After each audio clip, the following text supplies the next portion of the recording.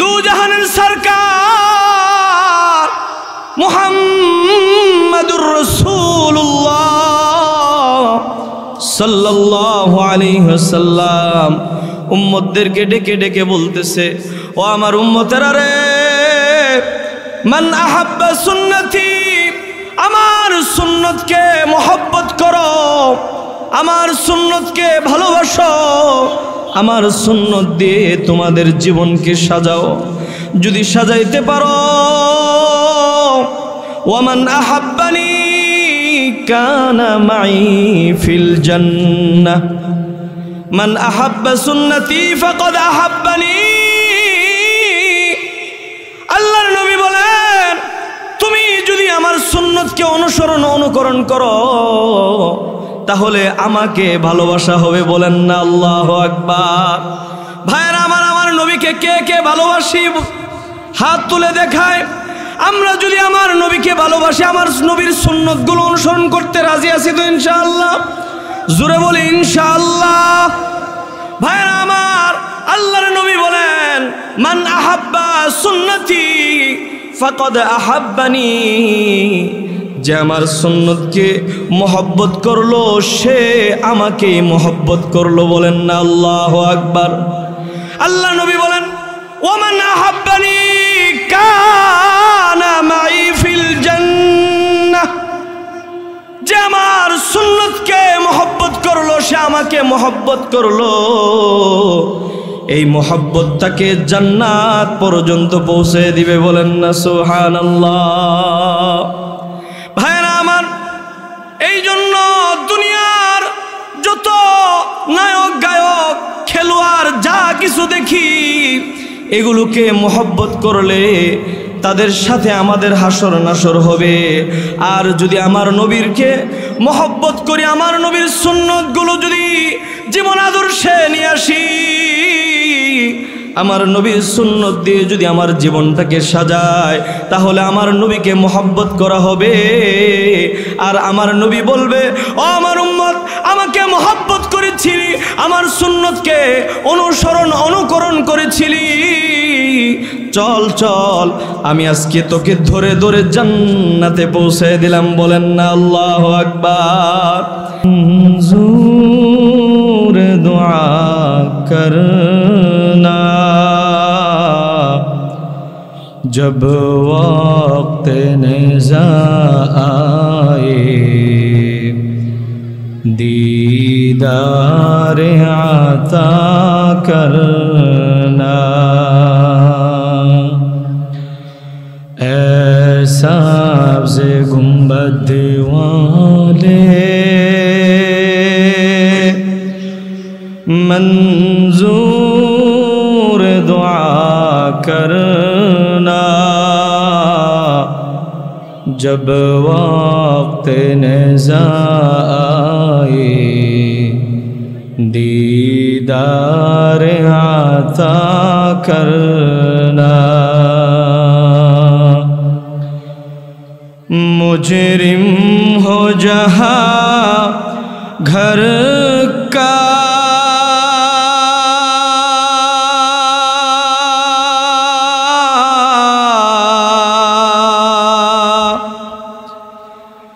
महशर में बरम रखना, मुजरिम हो जहाँ घर का,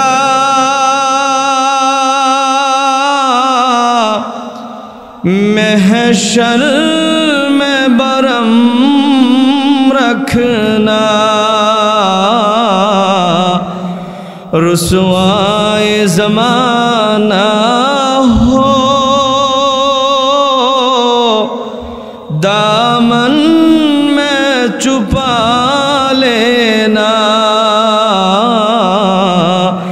मक़बूल दुआ मेरी मंजूर खुदा करना, मक़बूल दुआ मेरी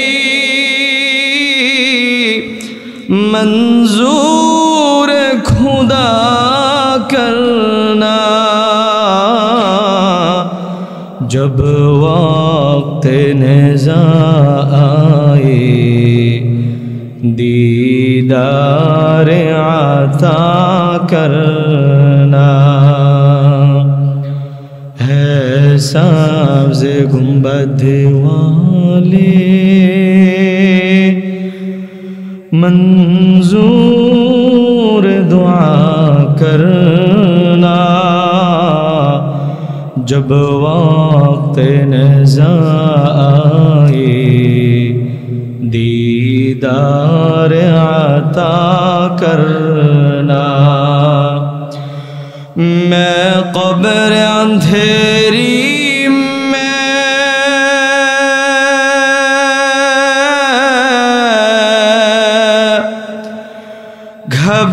گھبراؤں گا جب تنہا میں قبر اندھیری میں گھبراؤں گا جب تنہا امداد میری کرنے آ جانا رسول اللہ امداد میری کرنے آ جانا رسول اللہ روشن میری تربت کو للہ ذرا کرنا جب وقت نزا آئے دیدار عطا کرنا اے سبز گنبد والے منظور دعا کرنا جب وقت نزا آئے دیدار عطا کرنا الحمدللہ دار القرآن মাদ্রাসা ও নূরুন নাহার মহিলা মাদ্রাসা হিফজ সমাপনী ছাত্রছাত্রীদের পাগড়ি প্রদান উপলক্ষে ৬ম বার্ষিক ওয়াজ ও দোয়ার মাহফিল। উক্ত মাহফিলের সম্মানিত সভাপতি, উক্ত মাহফিলের প্রধান বক্তা, প্রধান মেহমান শাইখুল হাদিস আল্লামা মুফতি দেলোয়ার হুসাইন দামাত বারকাতুহুম, আকবর কমপ্লেক্স মিরপুর ঢাকা। প্রধান বক্তা আল্লামা মুস্তাকিম বিল্লাহ হামিদি। প্রধান আলোচক আল্লামা মুফতি ওলিউল্লাহ সাহেব রামপুরা। বিশেষ আলোচক হজরত মাওলানা মুফতি আলী হায়দার গাজীপুরি সাহেব। মঞ্চে উপবিষ্ট এ জাতির শ্রেষ্ঠ সন্তান হজরত উলামায়ে কেরাম, আমার সামনে আল্লাহ তাআলার জাকিরিন শাকিরিন মোহাব্বতের বান্দারা, পর্দার আড়ালে সম্মানিতা মা ও বোনেরা, আসুন সেই মহান রবের দরবারে শুকরিয়া আদায় করছি যেই মহান মালিক আমাদেরকে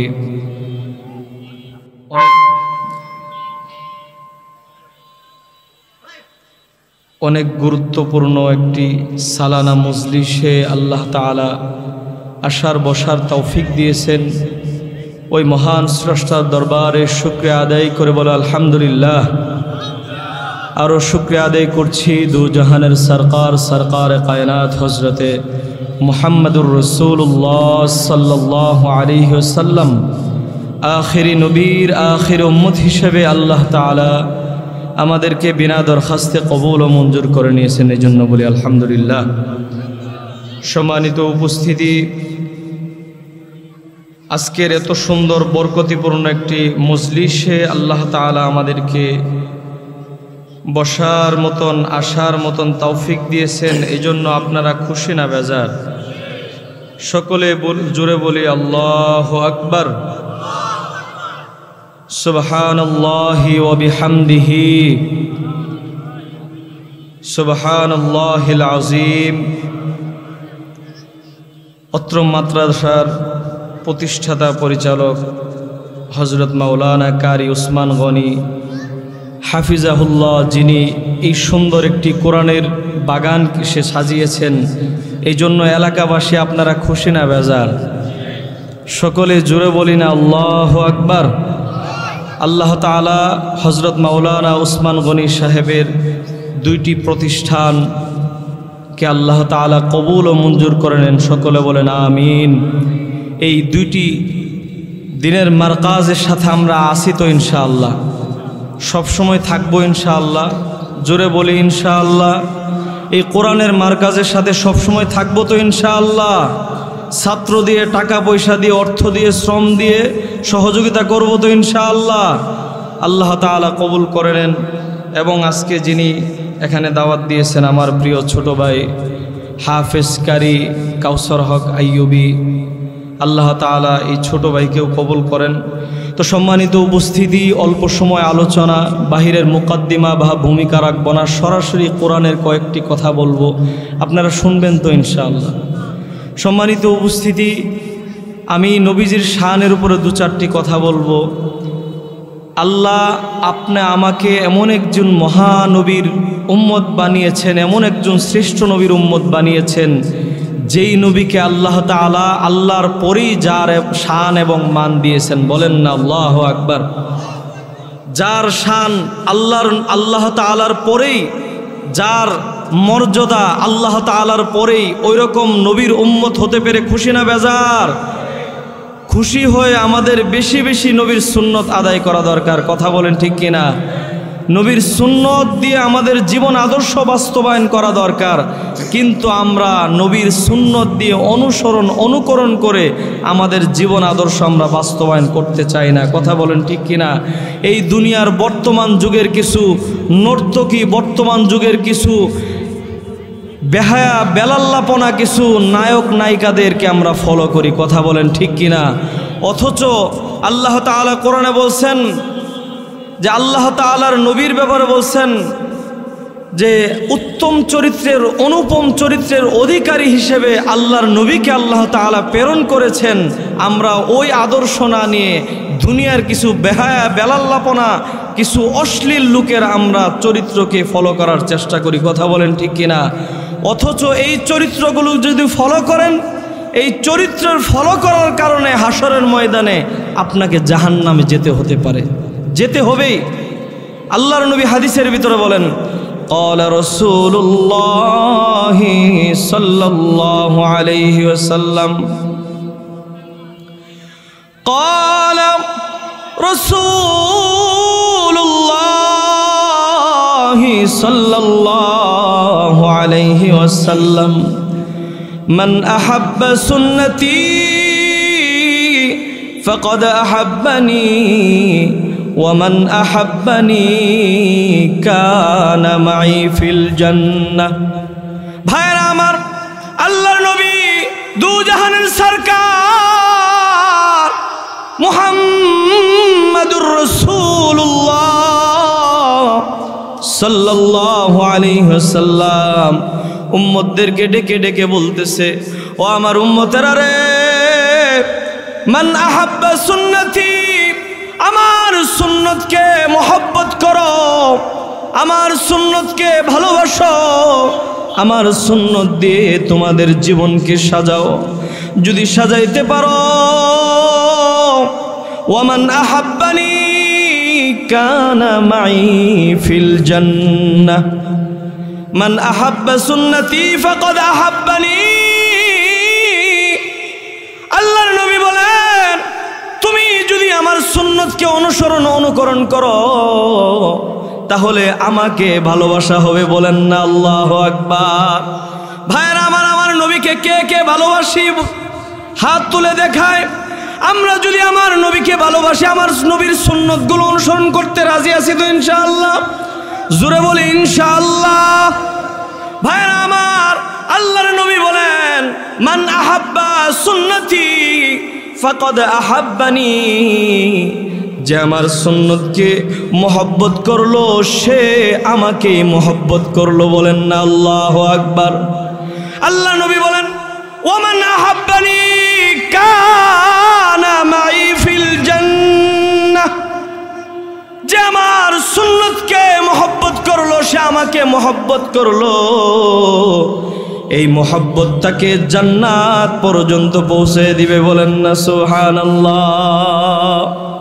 ভাইরা আমার, এই জন্য দুনিয়ার যত নায়ক গায়ক খেলোয়াড় যা কিছু দেখি, এগুলোকে মহব্বত করলে তাদের সাথে আমাদের হাসর নাসর হবে।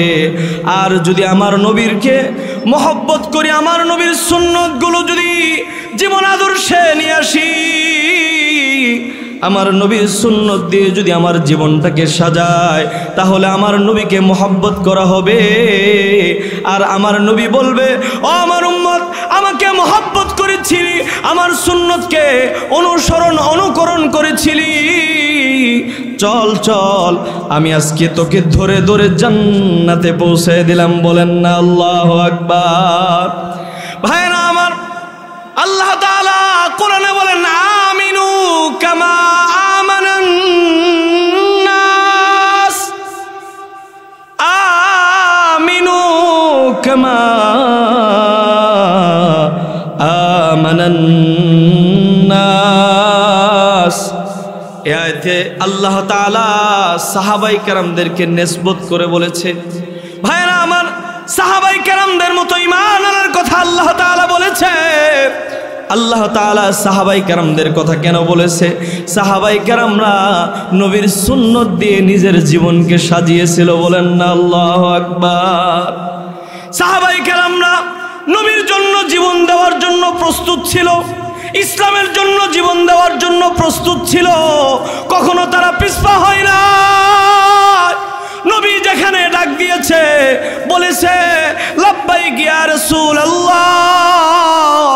ওগো আল্লাহর নবী, যুদ্ধের ময়দানে আপনি আমাদেরকে ডেকেছেন, যুদ্ধের ময়দানে আপনার জন্য, আল্লাহর দ্বীনের জন্য, আল্লাহর কোরআনের জন্য, আল্লাহর দ্বীনকে প্রতিষ্ঠার জন্য আমরা জীবন দেওয়ার জন্য সর্বক্ষণ তৈরি আছি। বলেন না আল্লাহু আকবার।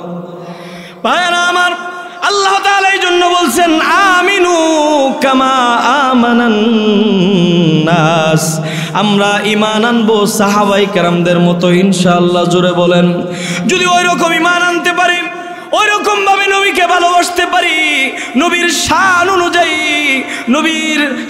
অনুযায়ী যদি নবীজিকে ভালোবাসি, সাহাবায়ে কেরাম যেইভাবে আদর্শকে মেনে নিয়েছিল, ওই রকম আদর্শবান যদি হতে পারি, আমরাই সফল হতে পারবো। বলেন ঠিক কিনা?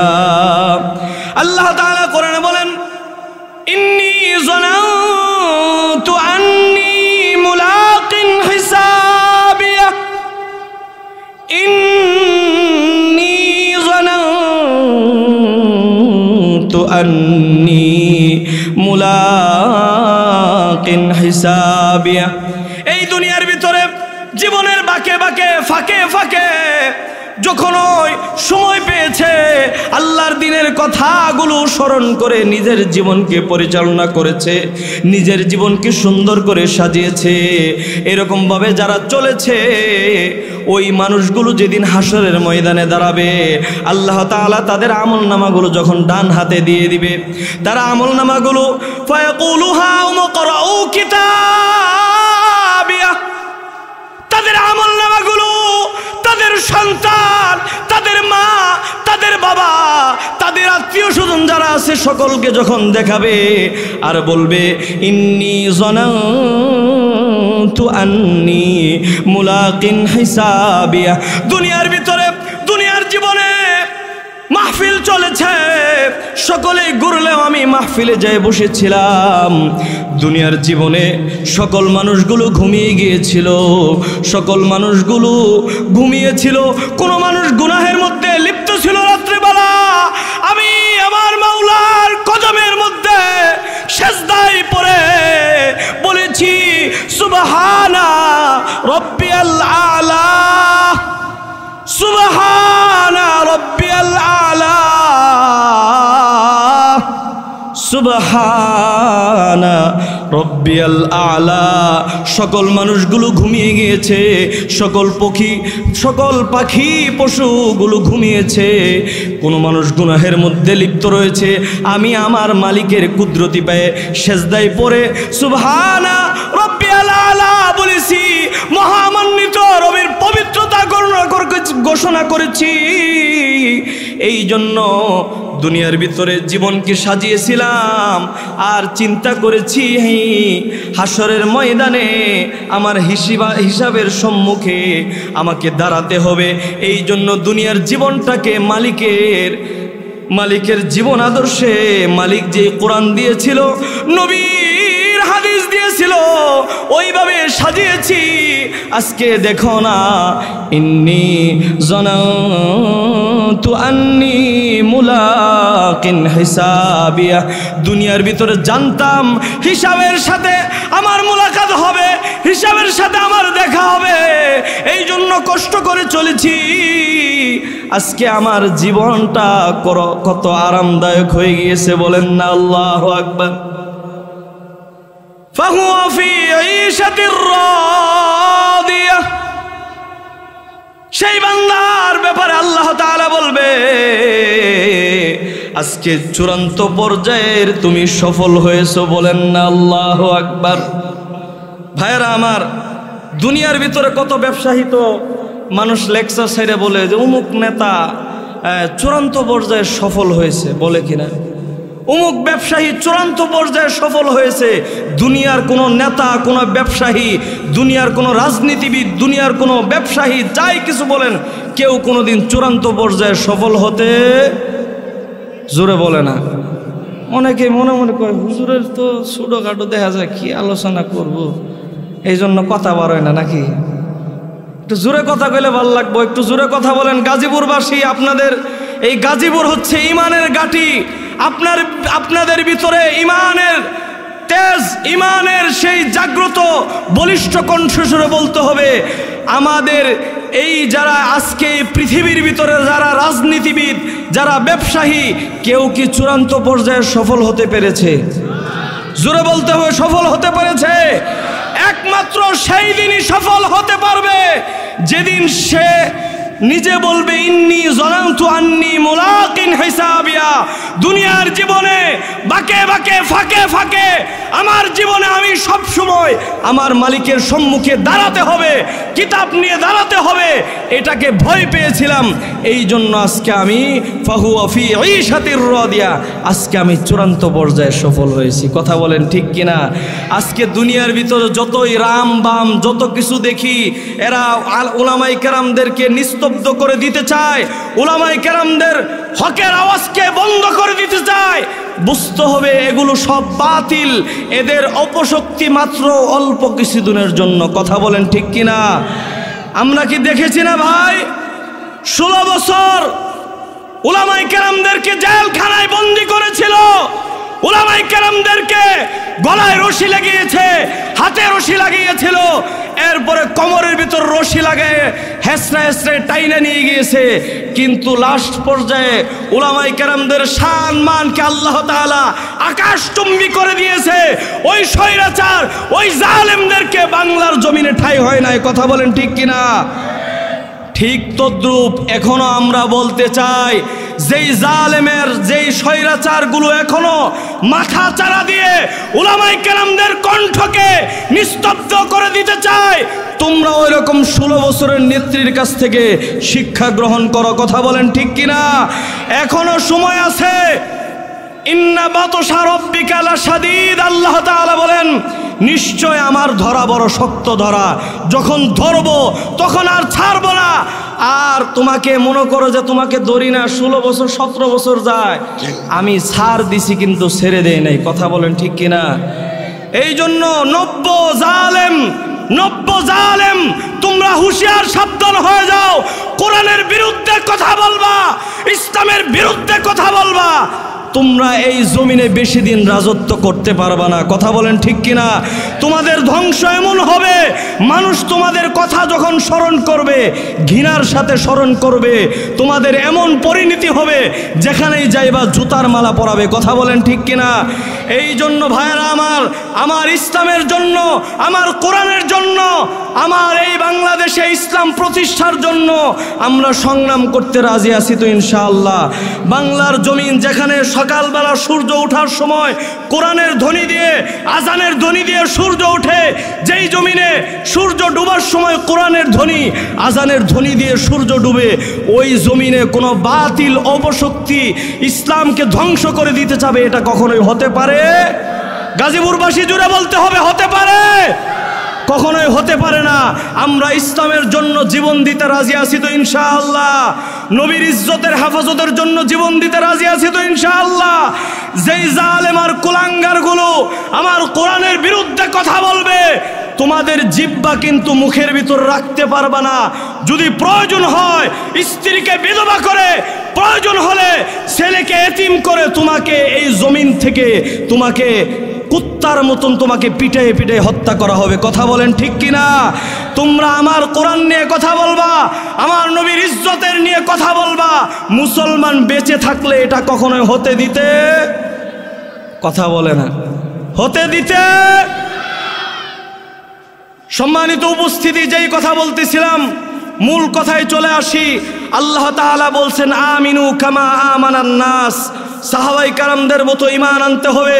সাহাবাই কারাম বাতিলের সাথে কখনোই মাথা নত করে নাই, বাতিলের সামনে কখনোই পরাজিত হয় নাই, মাথা নতও করে নাই, পরাজিতও হয় নাই। আমরা আজকে মাথা নত করি দেখেই পরাজিত হই। কথা বলেন ঠিক কিনা? বাতিলকে যদি আমরা বাতিল মনে করি, আমি যদি হক থাকি, আমার পক্ষে আল্লাহ আছে, পুরা পৃথিবী যদি আমার বিরুদ্ধে চলে যায় আমার কিচ্ছু করতে পারবে না। কথা বলেন ঠিক কিনা? আর যদি আল্লাহ আমার সাথে থাকে আমার বিজয় হবেই, এটাই নিশ্চিত, এটাই নিশ্চিত, এটাই নিশ্চিত। কথা বলতে হবে ঠিক কিনা? এই জন্য ভাইয়েরা আমার, আল্লাহ তাআলা কোরআনে বলেন আমিনু কামা আমানান নাস। সাহাবাই কেরামদের মতো ঈমান আনবো তো ইনশাআল্লাহ। নবীর জীবন আদর্শ দিয়ে আমাদের আদর্শ, আমাদের জীবনকে আমরা পরিচালনা করব তো ইনশাআল্লাহ। ছোট্ট একটি ঘটনা বলে এখানেই বিদায় নিচ্ছি। ভাইয়েরা আমার, আল্লাহর নবীর সাহাবী হযরতে বারা রাদিয়াল্লাহু তাআলা আনহু তার ছোট্ট ছেলে হযরতে তলহাকে নিয়ে নবীর মজলিসে গিয়েছে। নবীর মজলিসে যাইয়া নবীর সাথে দেখা করাইছে, নবীর সাথে কথা বলায় দিছে। মজলিস থেকে যখন উঠে আসতে যাবে তখন তলহা রাদিয়াল্লাহু তাআলা আনহু বলতেছে, ওগো বাবা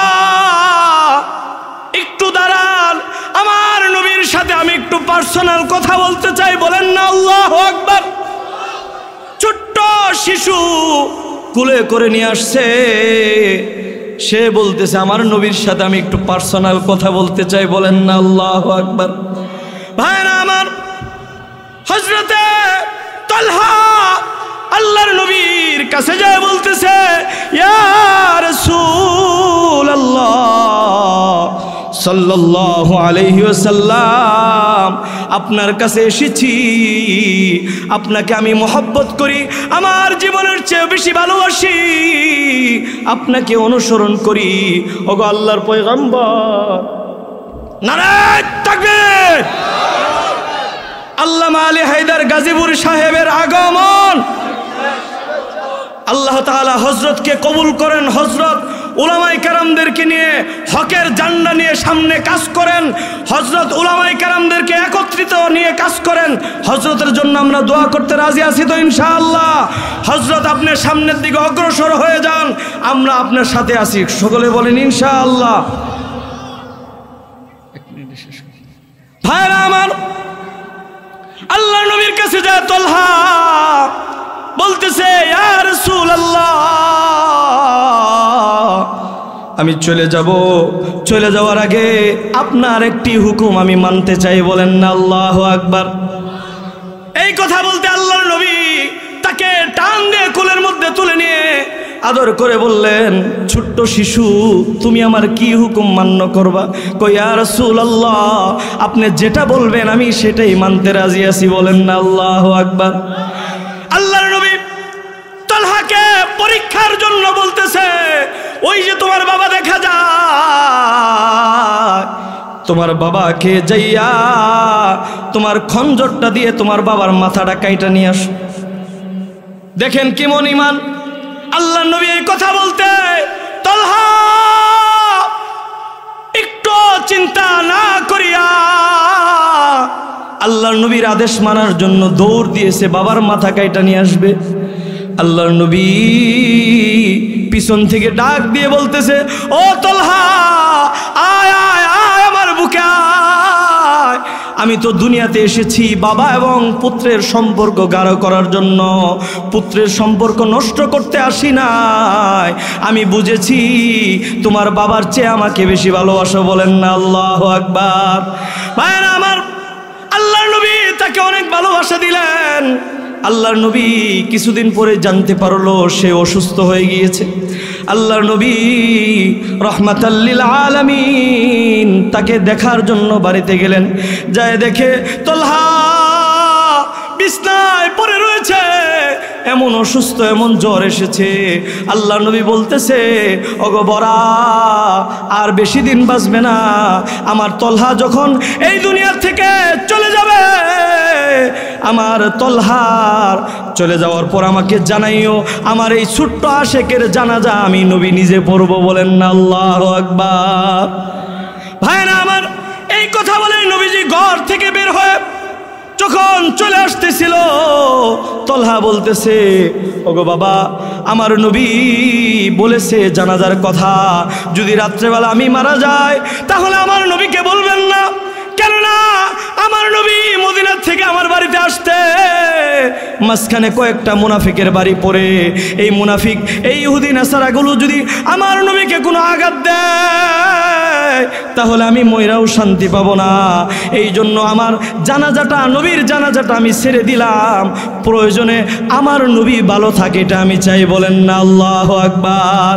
এই কথা বলতে আল্লাহর নবী বাড়ি থেকে বের হয়ে চলে গেলেন। এদিক দিয়ে তালহার ইন্তেকাল হয়ে গেল, আর জানাইলো না। তারা দাফন কাফন করে পরের দিন যায় নবীজিকে জানানোর পর নবীজি বলতেছে, ওগো বরা, আমার ছোট্ট আশেকের জানাজা আমি পড়াইতে চাইছিলাম, আমি তারে নিয়ে কবরে নামতে চাইছিলাম, তুমি কেন জানাইলে না? ইয়া রাসূলুল্লাহ, ছোট্ট আশেক, আপনার কোনো ক্ষতি চাই না, প্রয়োজনে আপনার জানাজা চাই না, তারপর আপনি ভালো থাকেন। বলেন না আল্লাহু আকবার। আল্লাহর নবী এই বর্ণনাগুলো শুনে চোখ দিয়ে অজরে পানি ছেড়ে দিয়ে আল্লাহর নবী বলতেছে, ও সাহাবীর জামাত, চলো আমার তালহার কবরটাকে আমরা জিয়ারত করে আসি। বলেন না আল্লাহু আকবার। ভাইরা আমার, ছোট্ট সাহাবীরা নবীকে কত ভালোবেসেছে, নবীর জন্য জীবন দেওয়ার জন্য সর্ব অবস্থায় প্রস্তুত ছিল। আমরাও কি ওই রকম সাহাবীদের মতো নবীকে ভালোবাসতে রাজি আছি? জোরে বলতে হবে, রাজি আছি তো ইনশাআল্লাহ। যদি কখনো কোনো ময়দানে যদি জীবন দেওয়ার জন্য হক্কানি রব্বানি ওলামায়ে কেরামরা, আলী হায়দার গাজীপুরি হাফিজাহুল্লাহ, ওনারা যদি ডাক দিয়ে বলে, এই যুবকরা, নবীর ইজ্জতের জন্য তোমাদেরকে রক্ত দিতে হবে, তোমরা রক্ত দেওয়ার জন্য প্রস্তুত আছো তো ইনশাআল্লাহ? জোরে বলতে হবে, প্রস্তুত আছেন তো ইনশাআল্লাহ? নবীর ইজ্জত হেফাজতের জন্য, বাংলাদেশে ইসলামকে প্রতিষ্ঠার জন্য বড় বড় হক্কানি রব্বানি উলামায়ে কেরাম যখন দ্বীনের জন্য ডাক দিবে, প্রয়োজন হলে রক্ত দিয়ে ইসলামকে প্রতিষ্ঠা করবই। বলেন ইনশাআল্লাহ। আল্লাহ তাআলা আমাদের সকলকে কবুল করেন। আল্লাহ তাআলা এই মাদ্রাসাকে কবুল করেন, এই মাহফিলকে কবুল করেন। এই মাদ্রাসার সাথে আমরা সবসময় থাকবো তো ইনশাআল্লাহ। ওয়া আখির দাওয়ানা আনিল হামদুলিল্লাহি।